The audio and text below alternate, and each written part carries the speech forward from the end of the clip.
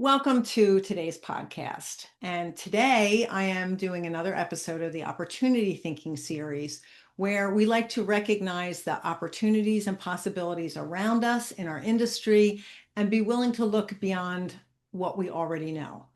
And for those of us in the custom window treatment and soft furnishings industry, education comes in so many forms.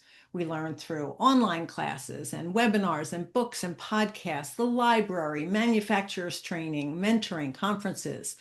And each serves an important purpose, and each one is different. Um, Education can improve our skills, grow our businesses, but it can also create opportunities we might not initially recognize. A student can become a teacher.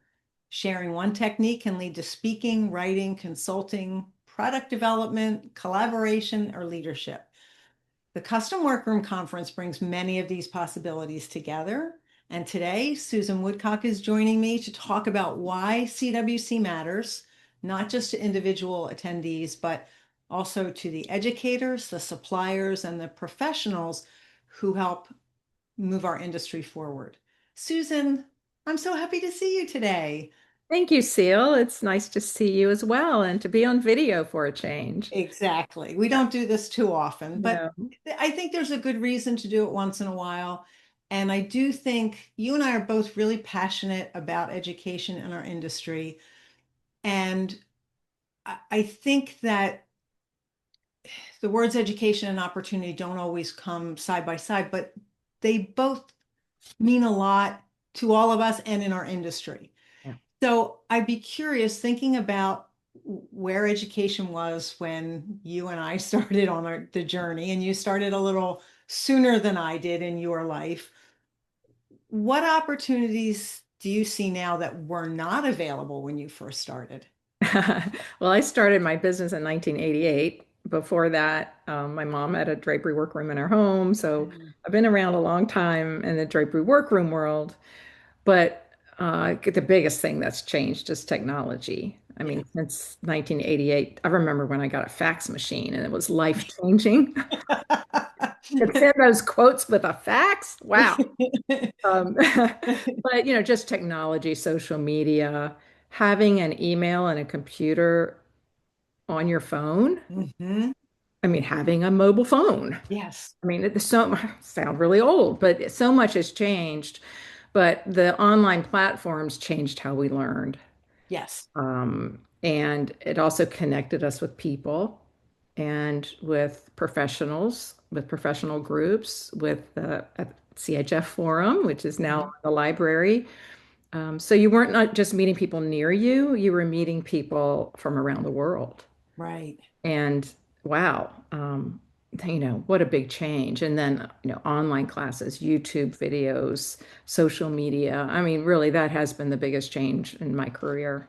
And gosh, what's next with AI? I don't know. I know, I know. And I'm sort of on that fence of embracing AI and being absolutely terrified by it. But we have spoken about the fact that AI cannot duplicate what we are doing. It Yeah. can assist us, but it cannot make custom window treatments, or it can't reupholster furniture. It can't make recommendations to our clients the way we as human beings can. So that's a podcast for another time. And I look back and education would be going to the library and getting a book Right. or buying a book for how to make window treatments, how to do Hmm. upholstery. And that's our generation. Right. And good old-fashioned books are time consuming now. They're nostalgic. Right. And it's not something we would automatically go to in today's world.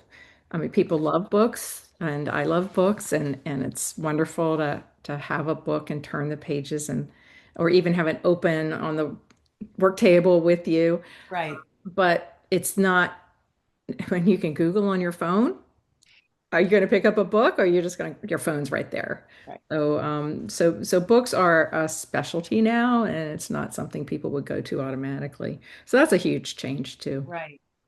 Do you think that having more options has made it more difficult to choose what we need and how we want to learn? Possibly. I think it's made it more difficult to know what's good advice and what's not good advice.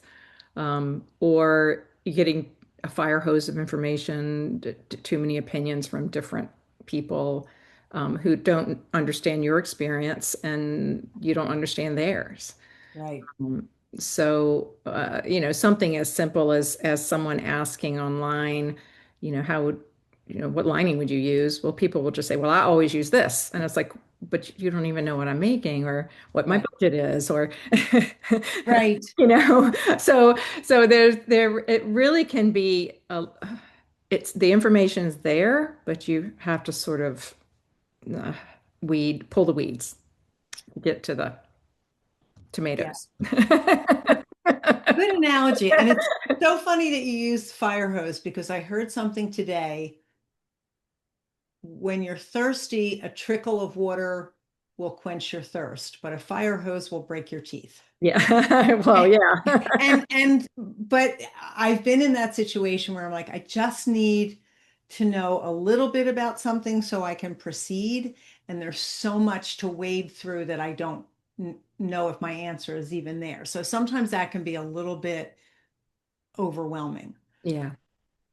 Do I anticipate the answer to this question, but do you believe that one form of education is necessarily better than another? It depends on the individual. I've had a lot of students come for hands-on training Hmm. specifically because that's their preferred way to learn and they feel more Right. comfortable with that. And they are not good at following instructions or following videos. Mhm. And then other people, video education is great. You could stop it and start it. Right. And then people like written instructions. Right. And some people are better at following the written word. Some people are better at writing instructions than others. Right. So for me, hands-on training is the best way to learn. Um, and I think part of that is the opportunity to be able to talk to your teacher and the other people in your class. And so you have all these conversations going on. It's a more well-rounded Hmm. education than just being by yourself and learning online. Right. I am often reminded of I don't know what I don't know. So if I'm teaching myself something, I may not be the best teacher I could get. True. Do you think it's helpful to combine different types of learning? Sure. Sure. Yeah. To have, written instructions that you are also learning in person, or a pattern or something like that. Having programs where you're doing online lessons and making something at the same time. Mhm. That's really helpful. I think the least helpful would be, read this, take a test, and now you're certified or whatever. It's like no practical experience. I mean, that might work in some fields, but Right. the practical experience is so important for what we do. I also feel like there are so many of us in this industry that are either we learn differently. There are a lot of neurodivergent people in our industry who do really well because they are creative, who would fail miserably at a test like that. And as I get older, my ability to memorize things is not quite as good as it was when I I've was never younger, been good. I've never but been it a was good never test been great. taker. I've never been great at it. No, I'm not good at math. I'm not a good test taker. My deficiencies I make up for with creativity, and that's why hands-on is so important for me. I Yeah. can I can see how it goes together better than just visualizing it on paper. Okay. So, as someone who started a physical school, went to online training because of the necessity of COVID. Yeah. What do you think that online education does especially well for all of us as an industry? Well, I think professional online classes that are intended for business owners and not necessarily the DIY market. Um, I think it's very convenient. It's a great way to learn. And especially with online classes, you're not going to learn uh, further ahead. You're going to learn one thing. So Okay. in our classes, I can only speak from our experience. So it would be, how to make an Austrian shade. but in a class, you would learn how to make like three different types of shades, Right, and right. systems and things like that. And it also opens up the world to people that want to dip a toe in the industry, and they can become future professionals, and that builds their industry. And I was talking to someone at the Shades and Shades seminars that we had recently in Colorado, and she was trying to describe herself, and I said, "You're a high-end hobbyist." And she said, "Oh, I like that. I like that." I said, "Yeah, there's a lot of people that want to learn to make things professionally. They're not going to start a business, Right. but they want to have things made well and done They well." take pride in it. Yeah, just Yeah. like, with a lot of hobbies, you want to do them right. And so, yeah, she was very pleased to know that she was a high-end hobbyist. And a lot of those people do become professionals over Right. time. And there's room for that Yes. in our world. Yeah, And our industry won't move forward if we don't have some of those people step up. So I absolutely. like that. I think we need to embrace that phrase, Susan. And as a person who has taken some online classes and many in-person classes, I'll be curious to hear your answer about how important you think it is to be able to observe someone doing a technique and be able to ask questions. That is, imagine a cooking class, where you can say, well, can I use less sugar? Will the cookies be a flop if I would cut back Yeah, on the sugar a little bit? It's the same thing, can I use a different lining? Can I use a different padding on the arms? Can we right. skirt a different way? What if I cut it on the bias? Um, and teachers have to be prepared for all of those things. Well, that's funny because my mind went to the teaching part of it. And one of the things that, and we'll talk about what makes a good teacher in a little bit, but one of the things I admire in a teacher is someone who will say, I don't know, let's try it. Yeah, And maybe they already know the answer, but it's an opportunity for people to see, oh, the reason we use that special padding there is because any other padding is not going to be like whatever it is. And I think Janelle Deck is one of those people who's exceptionally good at that. I remember the first time I taught at CWC and you were doing a class for the teachers, and you mentioned being ready for questions. And I thought, oh, in all my preparation, that was not something I was thinking of.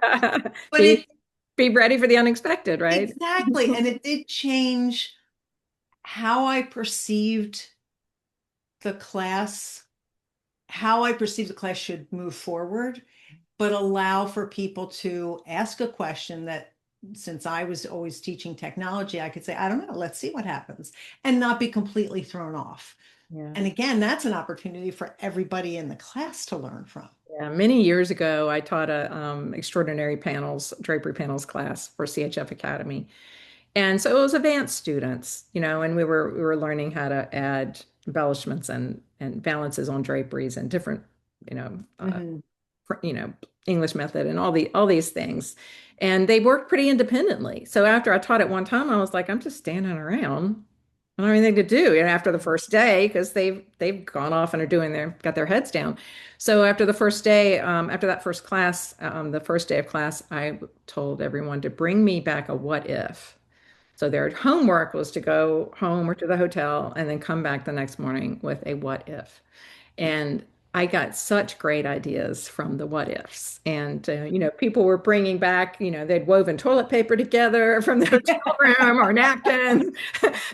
They came up with this, what if you combined this style with this style in a drapery? What if you hemmed it this way? What if you did Oh, a I love fitting this that. way? What if the pleats were this far apart?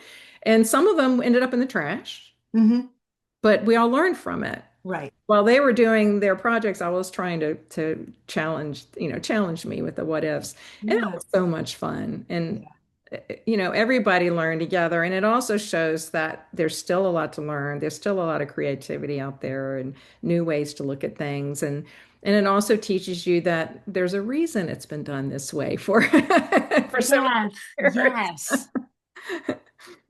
I think of really big light bulb moment for me was when I was taking Ann Johnson's workroom skills class. And the people in the class ranged in experience from a year or two, literally to 30 years. And we were in Elke Horn's workroom taking the course. And there was something that Ann demonstrated that, like, several people were like, oh, wow. And that eyes lit up. And Elke looked at it. She said, oh, I wish I could do that way. But with all the people in my workroom, I can't change that. That Yeah. won't work here. And it was early enough in my career that I was really just still learning to say, that's a great method. Oh, that won't work for me, Yeah. because not everything works for every person. So at that, I'm still talking about that moment many years later because it really settled for me. There are multiple ways to do everything. There's a reason we do some things the way we do them, and Yeah. you have to try things once in a while. Yeah. And to have the confidence to speak up and say, that's that's a great method. Hmm. Won't work for me in Right. my workroom with Right. my employees, but that's something I'm going to keep in here for Yeah. later. I mean that confidence instead of going, oh gosh, I don't want to let people know that I'm not going to use the tip. Right. I'm always fascinated by the trajectory of some of the um, careers of some of the people in our industry.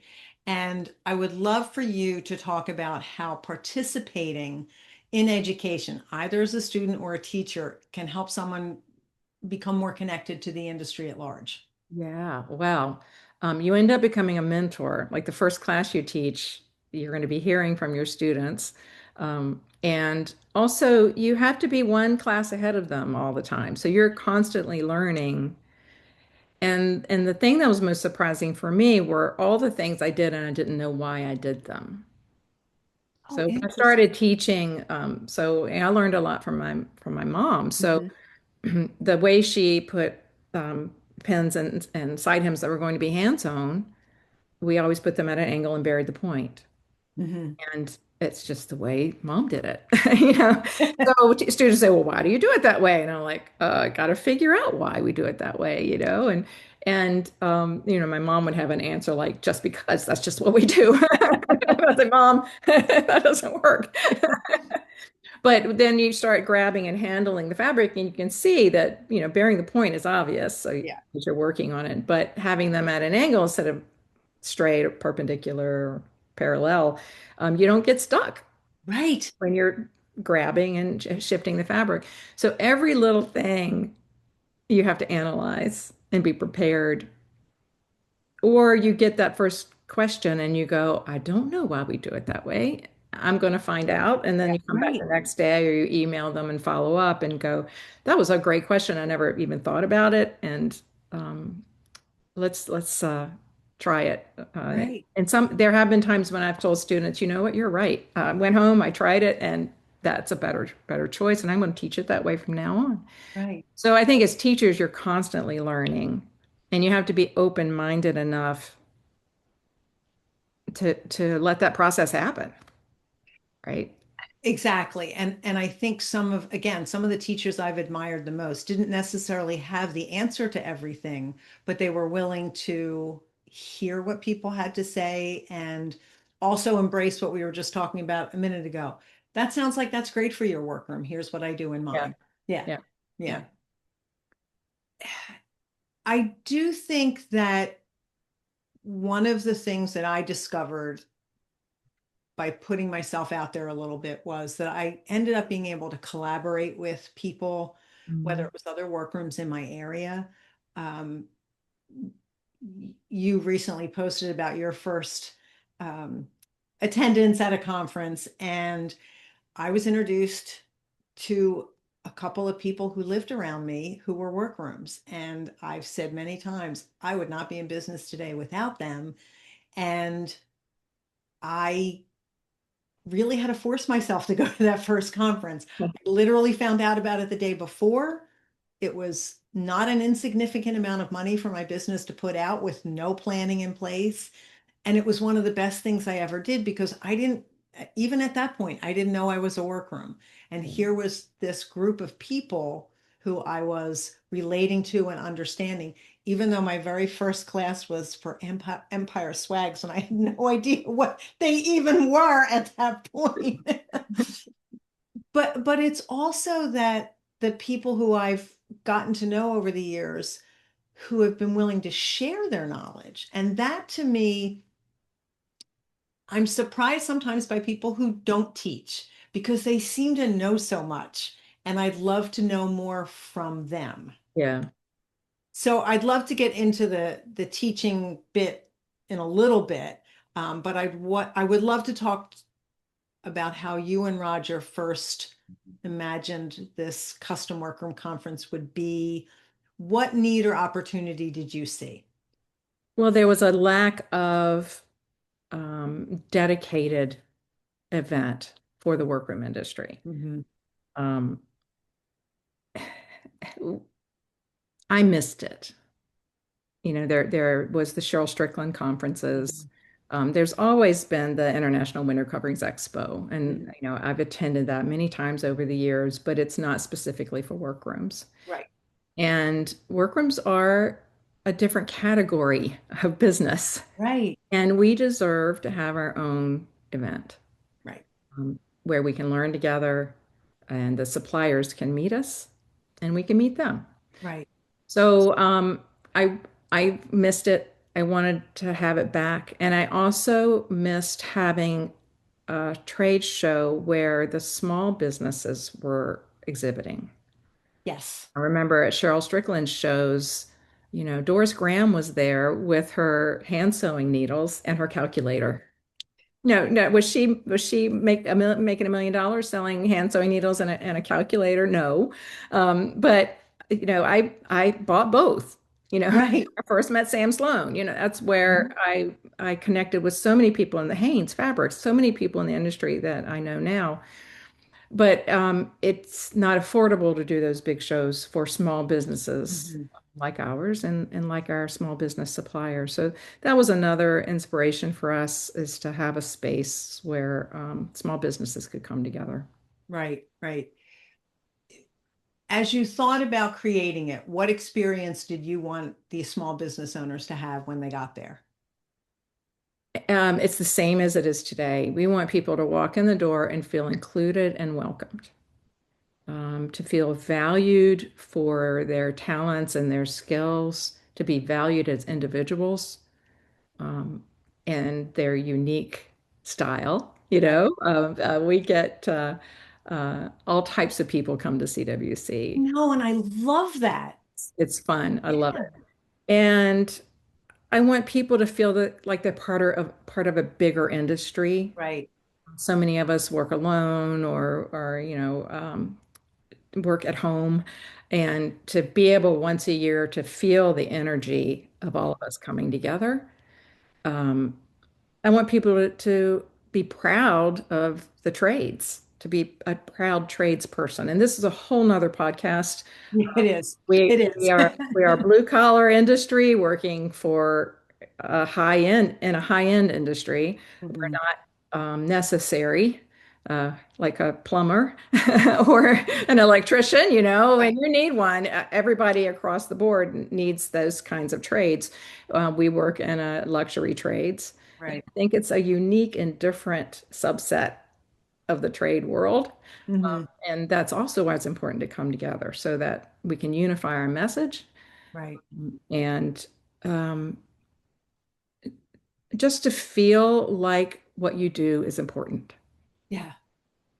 And being in that environment, I think whether you've been at this for a while or you're brand new, I think there is a sensation that you can't quite describe. I remember you saying something about you and Roger looking over the exhibitor's floor and just looking at all the people there who make things with their hands. Mm. And one of the things that I love about the marketplace in particular is there are a lot of smaller companies, but it's also where you get to meet the person who's on the other end of the phone when you call Yeah. Yeah. uh, to establish a relationship. I remember I met Ralph Angel at my very first conference, and I joke a lot about my first couple orders were 10 yards a piece. And you know this, and the first time I ordered a whole bolt of lining, I felt like a big girl.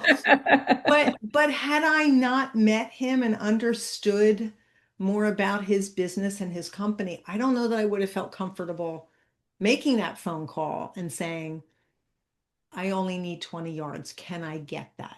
And Yeah. having somebody say, oh, let me run back to the warehouse and see if there's a bolt with that on it. And thinking, Wow. this, yeah, this would not happen with in other circumstances. But it's also where you get to meet people from our industry who have created a product or service because they know and love this industry so well, and they're thinking about ways to do things better or to have tools that are better.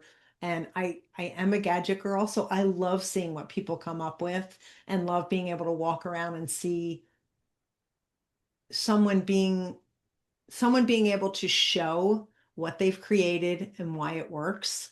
And I think you don't get that. I did get to IWCE this year, and it's a huge market floor, and it can be very overwhelming.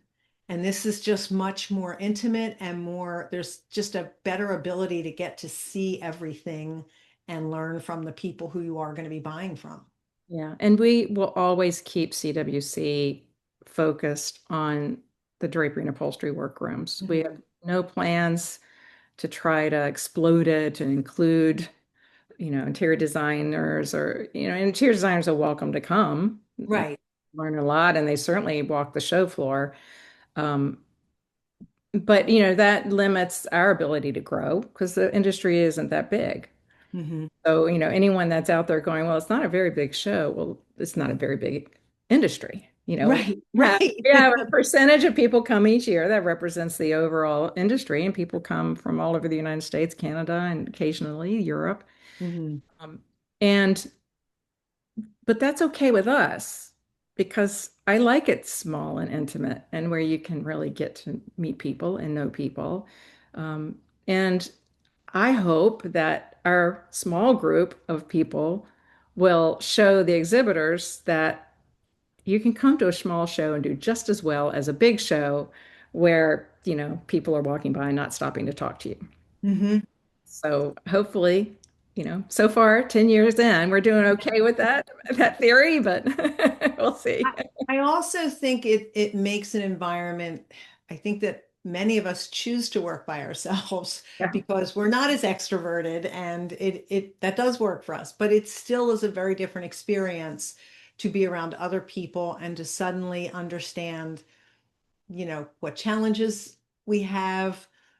You can be an introvert and still come to this Yeah. conference, and you can walk away when it's too much. I've done that where it's like, all right, too many lights, too many people, too much sound. And half an hour later, I'm like, okay, I'm back. I'm ready to go. I do think that that's the most important part, is understanding that there are so many, we say small, but there's still so many people that are doing what we are doing. And that connection, I think, is incredibly important. There are moments at the conference that have nothing to do with the classrooms. And you've talked about this before, where at registration, somebody's waiting behind someone else who's getting their ID tag, and you've done the brilliant thing of putting what town and state you're from, and people go, oh my gosh, you live in the town next to me. You've said it's happened multiple Happens times. every year over and over.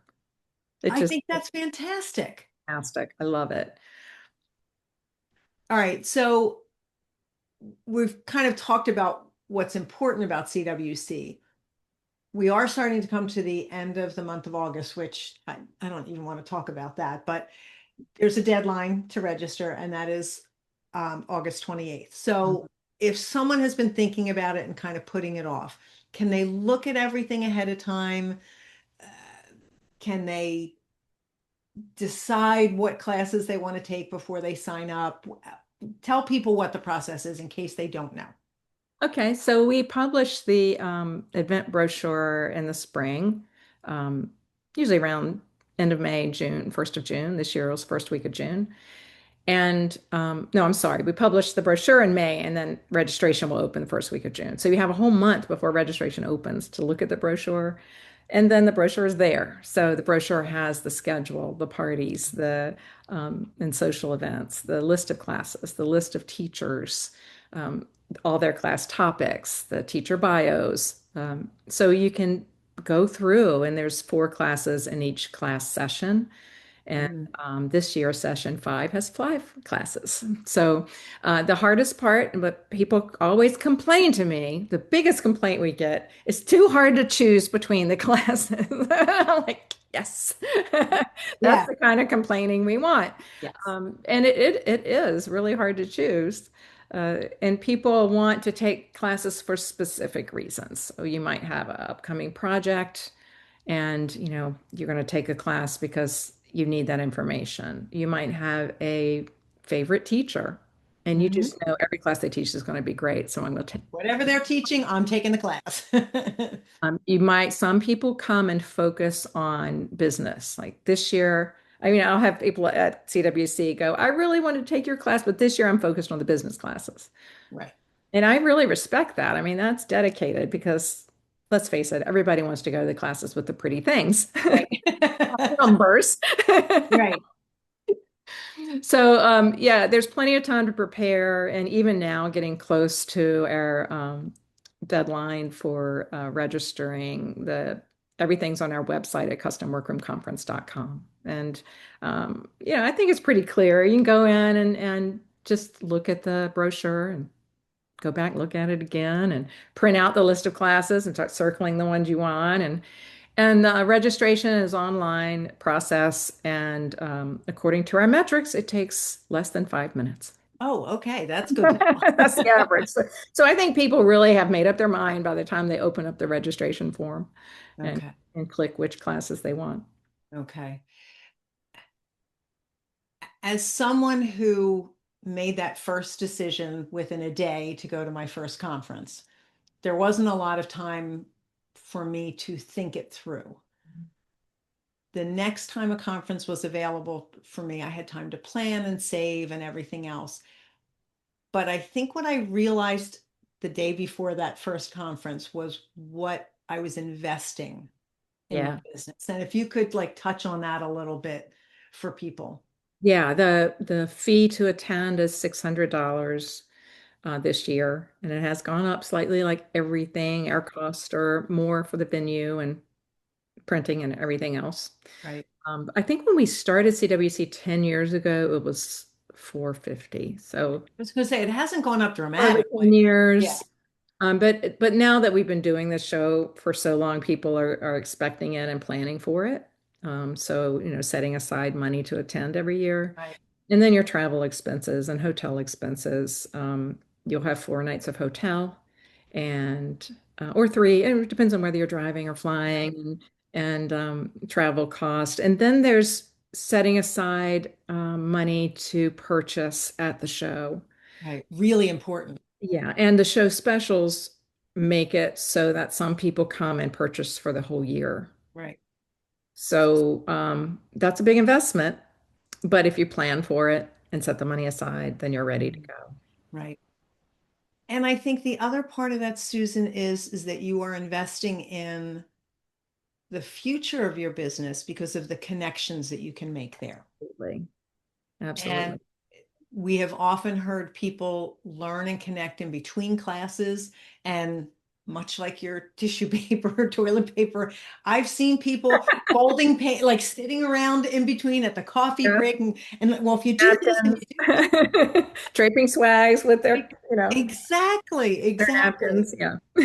And I think that the idea that you are coming to take classes limits what you are really going to be exposed to. And there's so much more to that. And again, I think one of the joys that I get is I don't always know who's connected to who.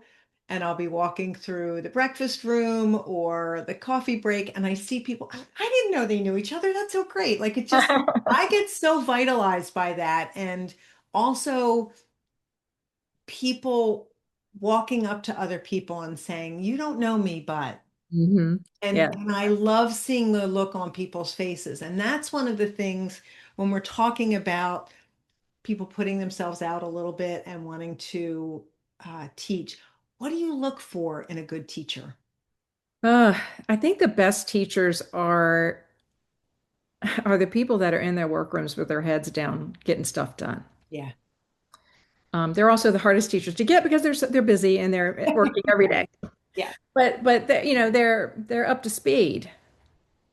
They're not doing it as a hobby. They're not doing it 10 years ago.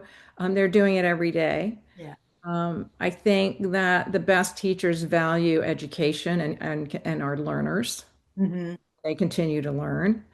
Um, and I think it's people that want to share to help others and not to share for their own benefit.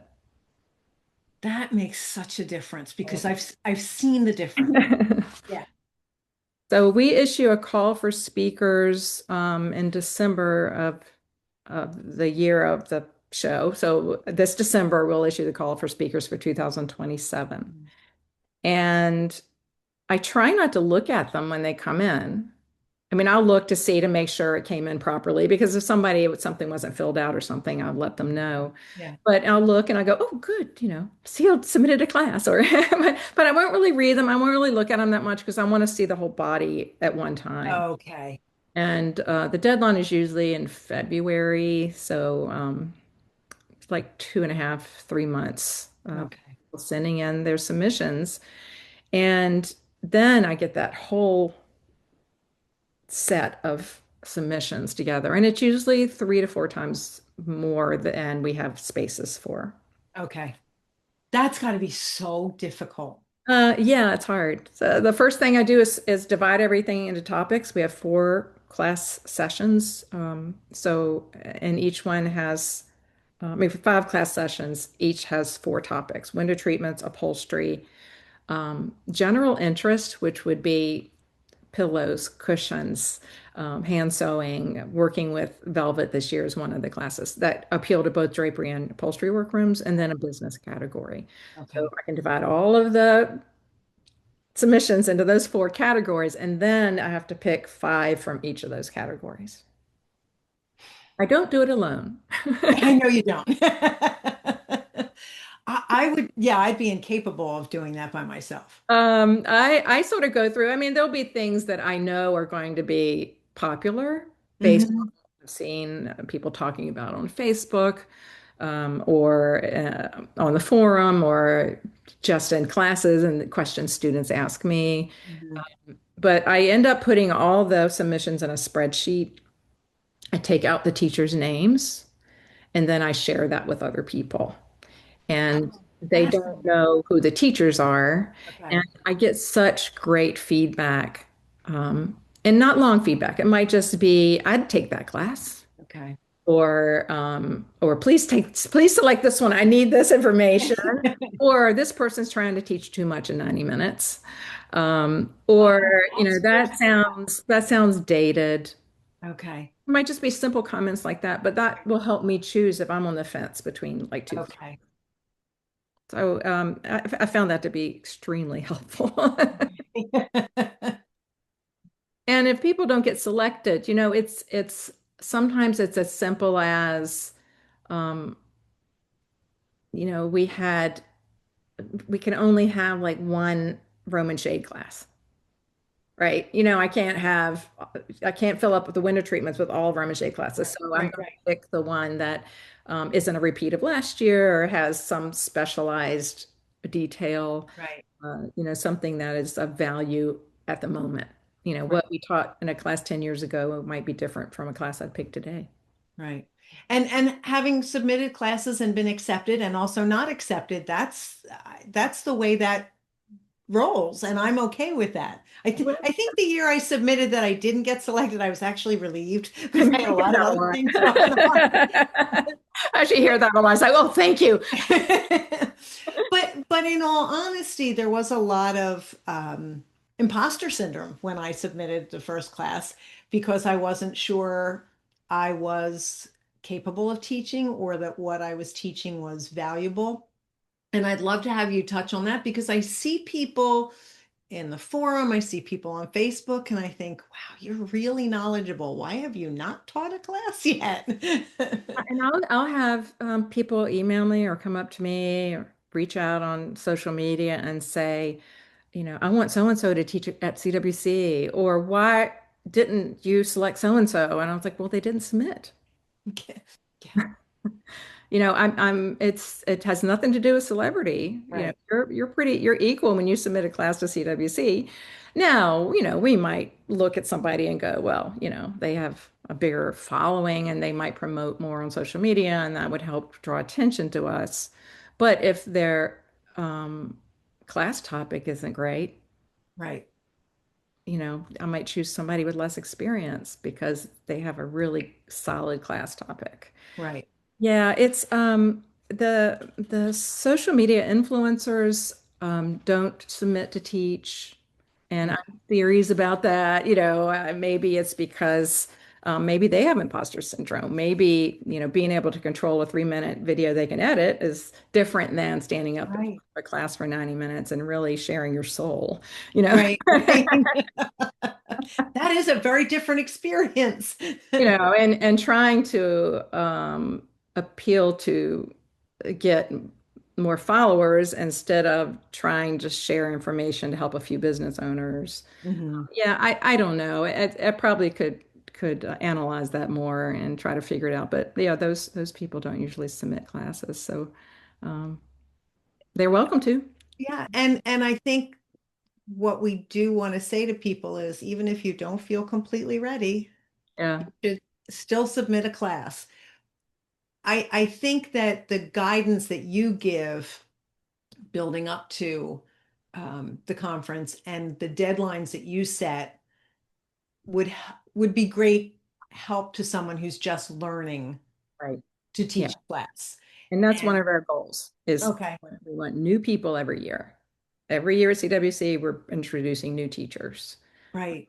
And the same old teachers, there's Yeah, teachers that, Janelle Deck and Robin Matthews and, people that teach it often. Maybe not every year. Ann Johnson, she's not teaching this year. She's taught other years. Maybe she'll yeah, teach next year. But I want new faces because what happens to workroom education if it's just 60-year-olds teaching? yes. Yeah. And we say that as 60-year-olds. As Yeah, hard I as that is to admit know. some days. And that's, you did touch on this a little bit. I think qualified people sometimes hold themselves back Yeah, because they don't believe that they're experts. And I hope that everything that we've said here, like, allows people to believe you don't have to be an expert. And it is okay to say during class, I don't know what would happen if we did that. Let's try it and find out. Or I can't do that in this class, but I'm going to go home and try it and I will get back to you. And I have seen that over and over again where teachers are willing to experiment with something on their own and then get back to people. yeah, and I often have, people come at me at CWC. I wanted to submit, but I just didn't know what to submit. Or I'll get emails. I get a lot of emails when I do the call for speakers. What do you need? Oh, What should I submit? And I'm not gonna, cheating. I'm not gonna say what I need because I don't know until all the submissions are in. One year we might have 10 people submit cornerboard classes, and the next year nobody. Okay. So it's always interesting to see what people are going to submit, and I'm not going to say we need something because Yeah. Because you don't know till you get the submissions. until What I you, get them all. And just yesterday, I sat down and looked at our tenure, added up all the teachers that we've had over the past 10 years, and surprised myself. Individually, we've had 91 teachers wow. at CWC. And then if you just look at the combined teaching, like, teachers teach more than one event. Right. If you just look at individually, we have people teaching individually each event. We've had 173 teachers, all the events combined. But just Right. looking at that number of 91 teachers, so many of those were people that are recognized in the industry now that wouldn't have been if they hadn't have submitted to teach a class. Right. I mean, a perfect example is Jonathan Bennett. He submitted to teach in 2018 um, for no, he submitted to teach in 2019 for the 2020 show, Okay. and the 2020 show didn't happen. Right.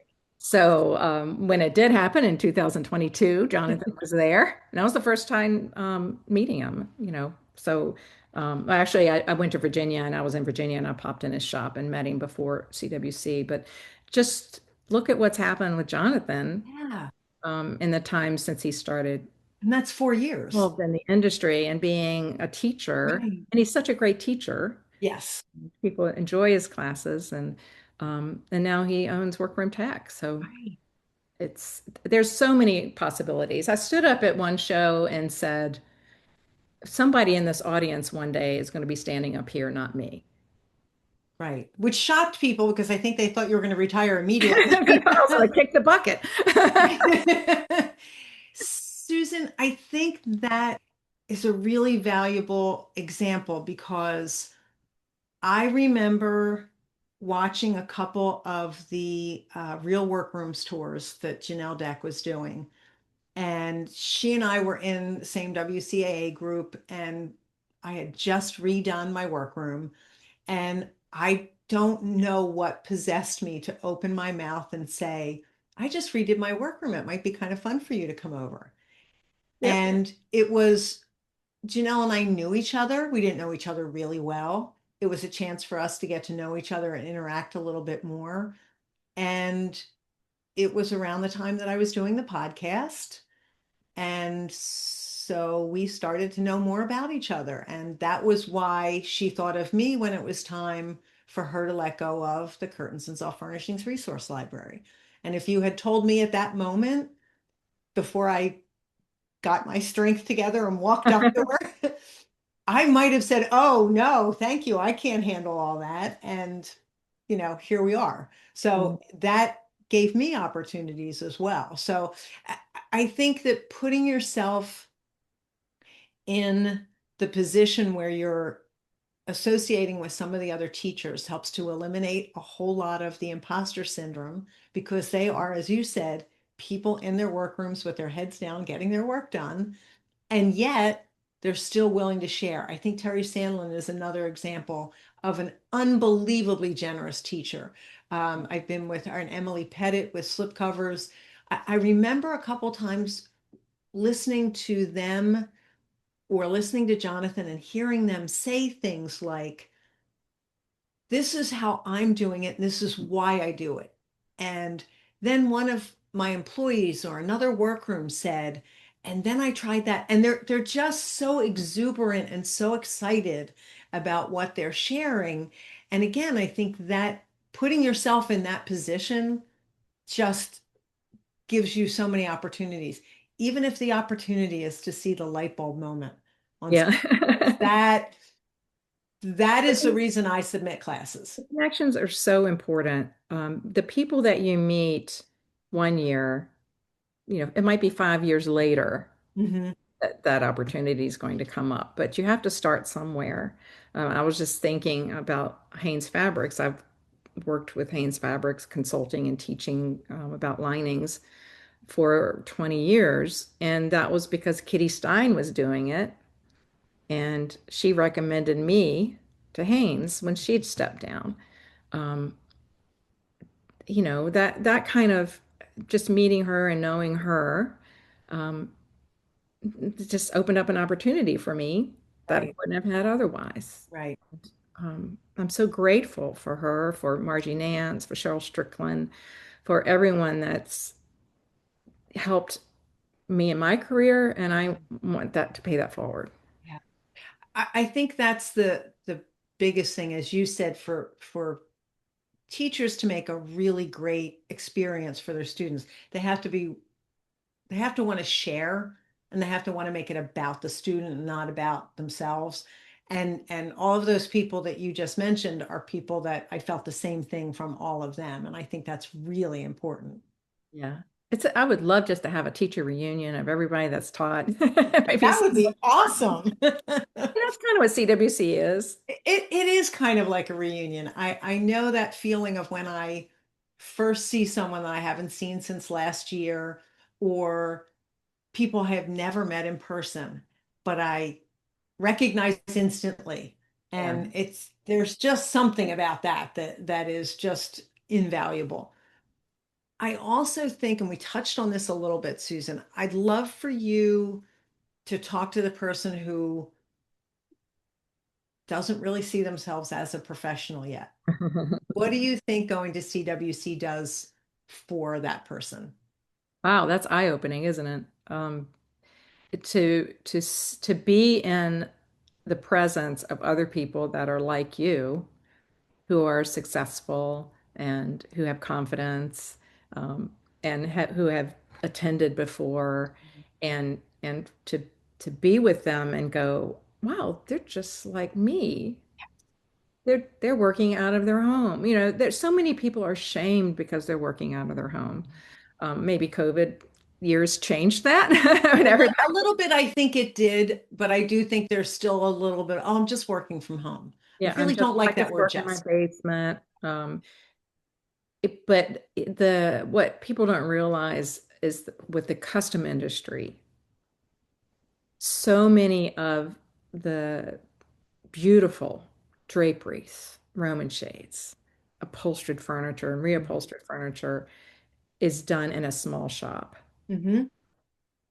less than, fewer than 10 employees or fewer than two or three people. Right, So all of these, beautiful things you see with these high-end designers, they are not produced in a factory workroom. right. So when people come to CWC and they meet someone like Julie Tome, and she's just over the top, works Right. for just the best designers with lots of recognition and celebrity homes. She doesn't have a factory putting out this work. She It's does not. a few hands. Hmm. And the same with a lot of the upholstery shops. So when you come together and you feel like I'm a nobody, I'm just work out of my home and I'm hoping to come to the show so I can make more money, Hmm. then you realize I'm not unique. I'm like everybody else. Right. I've worked with my mom, and one employee. Um, that was the most I ever had in the workroom at one time.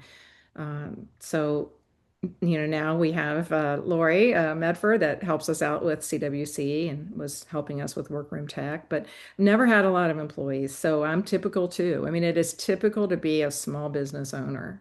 Right. And if you want to start adding employees, I mean, Janelle has a great class at CWC this Yes. year on that because she has grown her business to be a bigger Mhm. business, doing more than workroom. But I think that's the biggest thing. If people are not sure if they'll benefit from coming to CWC, if you're a newbie, you will benefit from the connections you make and the confidence that you'll get. If you are an established person, it's just a feeling of building the industry, of helping the industry to grow and connecting with your friends and mentors and suppliers in person Mhm. and learning. I mean, the people that have been in the industry 20, I just had somebody tell me, I've been in business 30 years. CWC last year was my first time attending, and I learned so much. Right. So we don't try to categorize our classes by beginner level, intermediate level, I advanced noticed that. level, Yeah. because you don't know what people don't know. Right. And in our world, like swags, everybody has to relearn them. So you might as well. Exactly. I can't believe Robin Matthews is teaching Kingston Balances this year because they're back. People are Because it's necessary. they're doing them Exactly. over beds, they're doing them over draperies. So Right. yeah, so all those things keep rotating back around again. Yeah. And I think that the legacy of our industry, preserving the skills and passing them forward, if you're hesitant to submit a class for any other reason, I think that's a good reason to encourage people. If you know how to do something that is not being done as frequently, that's a great opportunity to teach it to other people. Yeah, and sometimes I like having, might not be every year, but just like a basic how to fabricate a drapery class. Yeah. you know? And I still, I've learned the low bulk method. That's not the way I was taught, Right. but I use it a lot now. But Mhm. sometimes it just feels so comfortable just to go back to that double fold heading. And Yeah. all of you that are not in the industry that are listening to this are going, what is she talking about? Oh, I remember because that's how I was taught. And actually the low bulk method to me is how I do most of my drapes now. But you're right. Every once in a while, I'm like, I just want a little more oomph in this one. I just want it to be a Go little, back to the way I did it in 1985. yeah. There's something to be said about that. In speaking about the legacy of our industry, you've talked about and shown a graph of the number of people who are coming for the first time versus the third or fourth or 10th time. And you and I have had this conversation privately. We hear a lot of, well, no one new is coming into the industry. And that is not yours and my experience. Right, right, right. We Yeah. get to see a different side of the industry, which is amazing and hopeful. Yeah. This year, the metrics right now, we have on the registration form, it says how many years have you been in business? So it's Mhm. 0 to 5, 5 to 15, 15 to 25, something like that. I forgot. But right now, and I always look at the 0 to 5. And um, right now, 28% of our attendees are in their first 5 years of business. So that's the most that it's ever been. Okay. And then the 5 to 10 or to 15, I don't have it in front of me. Category is also really strong. That's like 25%, 24, 25%. The amount of people that have been in business 25 years plus is really high. Mhm. What the lowest number of people that attend CWC are in that like 15 to 20 year Oh, range. interesting. And I don't think it's because they don't want to learn. I think there's fewer people started businesses in those years. Oh, that makes sense. But that's during the recession years. Okay. And so I think there was less people starting businesses, and that's a reflection of the numbers. Yeah, where things were. Although that is about when I started my business. So, And then for people that are attending for the first time, because we get people that attend for the first time that have been in business 25 right. years. Um, Last year we had 40% of the people were attending for the first time.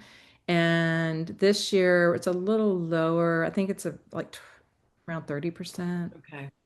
Well, I don't look at it every day. So Yeah, no, I that would drive me crazy. I love But those little pie charts. it's a really nice balance though, because for someone who works by themselves, this is a great opportunity to um, be around other people who do what you do, get a burst of confidence to reinvigorate or to give you the push you need to keep going.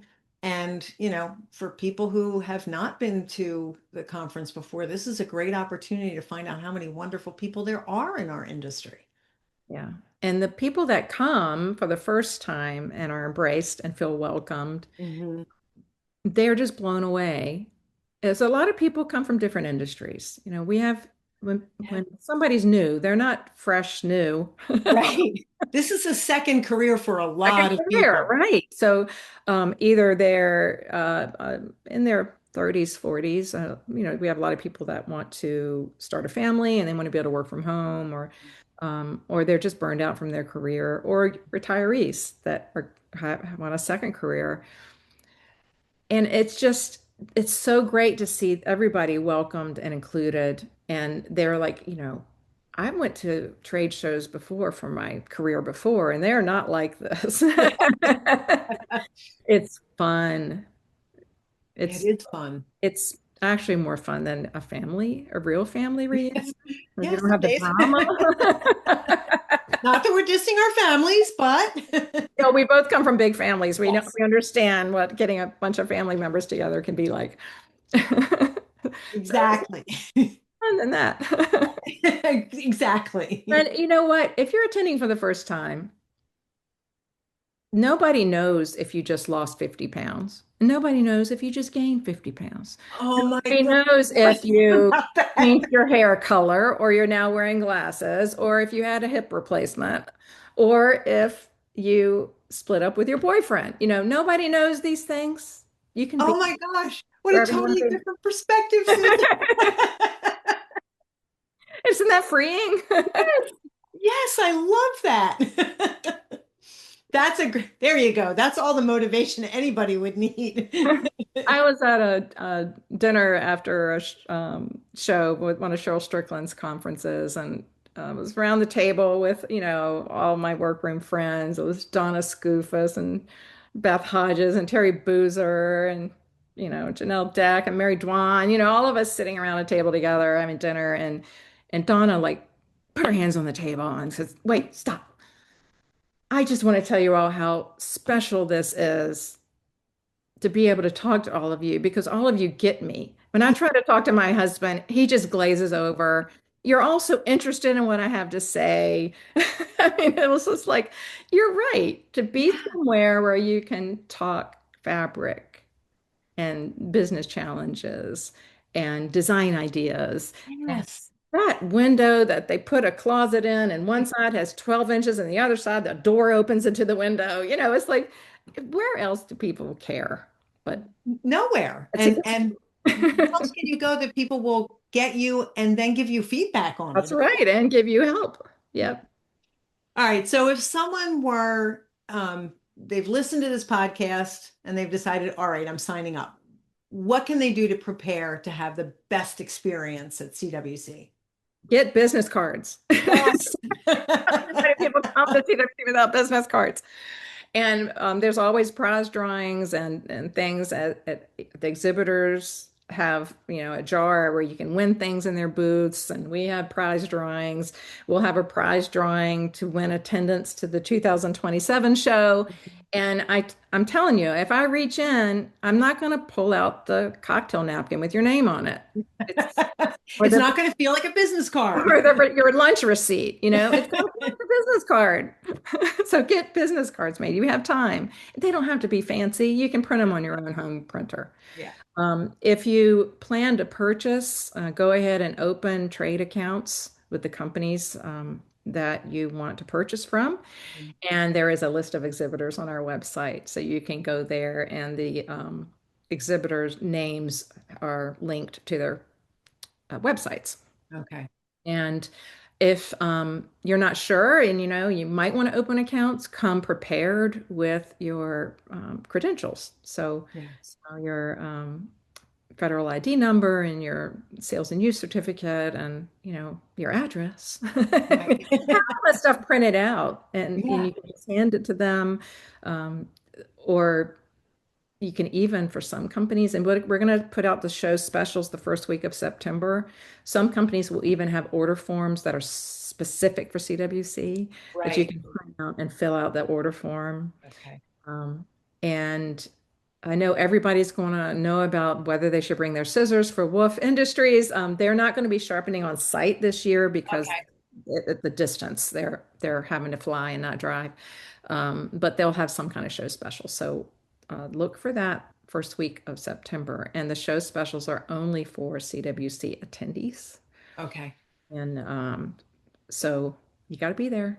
Okay. I Advantage. will I will say that even the years that Wolf didn't sharpen on site, I still got my scissors back so Oh quickly. yeah. Some people, if you take a few extra days to tour around the area, your scissors get home before you do. Exactly. Exactly. And write down all your machine names and model numbers. Yeah. I did not do that the first two conferences I went to, and thank goodness Sam Sloan was able to help me figure out what model I had. So So much this year. I know it's going to be really hard to not see him there this year. And I think another thing to prepare is you're going to be away from home, so you have to get your ducks in a row. Put that put that message on your email reply. I'm at a professional event, Mhm. for my business. Let your designers know. That's one thing I would always, when I go to a show, was to let my designers know I'm going to a show. Is there anything I can look at for you? That's a How many great projects coming up where we're going to need hardware? right. So um, that's good. Also, we have a CWC attendees private group on Facebook. Mhm. And anybody that's been to a CWC over the past 10 years is on there, and new people that are coming for the first time. But that's a great place to go and on a private group and say, I'm looking for a roommate, Right. I'd like to share a hotel room. I'm flying from, Atlanta, flying from Philly, I'm flying from Phoenix, anybody else coming, we can sit at the airport together or share a Right. ride from the airport to the hotel. The connections people make are phenomenal. Francis Push and CJ Hunt one year met getting on the airplane because they both were upgraded Oh my gosh. and they got next to each other.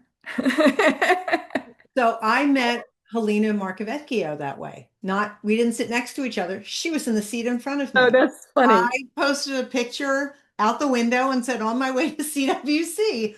And she saw it on the Facebook group and she turned around. She goes, are you really going to CWC? So am I. I I thought that love was it. just fantastic. That's fantastic. That happened. I just love those stories. Yeah. So I think if someone has listened to this and still is not convinced that they need to be there, call me. I'll change your mind. It's an opportunity that I think people can't afford to overlook Mhm. because, as we've covered, I think pretty well, it's about connection. It's about introduction to new ideas. It's about introduction to products and services that you can't find anywhere else. So I really feel that if you're listening to this and you can't come this year and it's giving you terrible FOMO, I'm sorry, but start preparing for next year. Or if you're in a season of life that doesn't allow for this, we all get it. We've all been there. But it's just something that I look forward to every single year, even in 2 years where I've had another big event very shortly after CWC. This will be the last time that happens for No me. more weddings for you. Your daughter's Yeah, I have a already wedding. It's a full, it's more than a month after this time. So I can enjoy the process of CWC a little more than I did 2 years ago. But I think that if you listen to people speaking about CWC, that excitement and that happiness to see other people who are like them, who do what they do, on. and the ability to learn something new. Yeah, I think it's also important to bring together the upholstery and drapery Agreed. workgroups. They're different, but they have a lot in common. So we all Exactly. are serving the same customers, um, and so much of it overlaps. So Right. And I think a great opportunity for people will be during the education station. We are going to have a panel discussion about exactly that. And I've said many times, I've done some light upholstery. I took a traveling upholstery class that was offered by CHF Academy at the time. And after doing that, I decided that I was, in fact, not an upholsterer. And I have so much admiration for their skills and abilities. I realized that the what ifs and the unknowns of reupholstery were not good for my personality. Just was not a good fit for me. But I did learn a lot of things that I continue to do in my workroom. So that was really helpful for me. we've seen a lot of cross education. So upholsterers are now coming and deliberately taking window treatment classes just to pick up some tips. Right. Might And just be how to finish a hem or add a welt cord in a different way. And the drapery world is doing the same. And, you take upholstery classes, and the next time you go to do a corner sport or a lambrequin, or even just, dining room chair seats, you're like, wow, that was really helpful. yeah, you've learned a new technique that will help you. Yeah. Yeah, I think that's great. Well, Susan, is there anything else you want to share with the people who are listening today? Oh, wow. I just hope people will take the leap and sign up to attend. Um, a trial, we like to say a trial makes a customer, right? So you come one time and then you want to come back Yeah. and you can start planning for it every year. We are working on the venue for 2027 right now. I will announce that at CWC this year. after the exhibit hall closes. Okay. And thank you, Ceil, for managing and sponsoring the education station this year. It's a great, I think it's the most demonstrations we've had at a education station. So you're going to be knocking them out one after another after Oh, another. yes, we are. Well, one table set up and one table we're going. And a great lineup of presenters, um, everything from, lampshades to how to use, get the most from your iron. I don't know. I don't know. I hope that Anne's talking about an iron that we use in the workroom and not like golf clubs. Oh, she's definitely talking about what we use in the workroom. Although we could ask her maybe to demonstrate that. Now, there's some really great topics. Yeah. So I hope people will go to our event brochure. The website is customworkroomconference.com. Keep it simple, and that's who we are. Well, Susan, I'm taking away from our conversation that there's the opportunity to learn new techniques. There's the opportunity to see the boundaries of our own businesses, to be with people who understand us and who don't glaze over, as Donna Scoof has said, to learn about new resources. And I think really importantly, what we all have to contribute to this industry. It is a small industry. And if we don't contribute, it won't be there anymore. Yeah. So, I mean, we're stronger together. And yes, our our mission statement from 2016 and still true today is strengthening the workroom industry through quality education and relationships with other workroom professionals. And those relationships will propel you in so many different ways. And really that is the most important part. I agree. Well, thank you so much for talking to me about this. I look forward to CWC every year. So an opportunity to talk about it always makes me very happy. Oh, thank you, Ceil. It's been a lot of fun. I look forward to seeing you there. I know it's coming up soon. Oh, boy. Thanks, Susan. Okay, bye.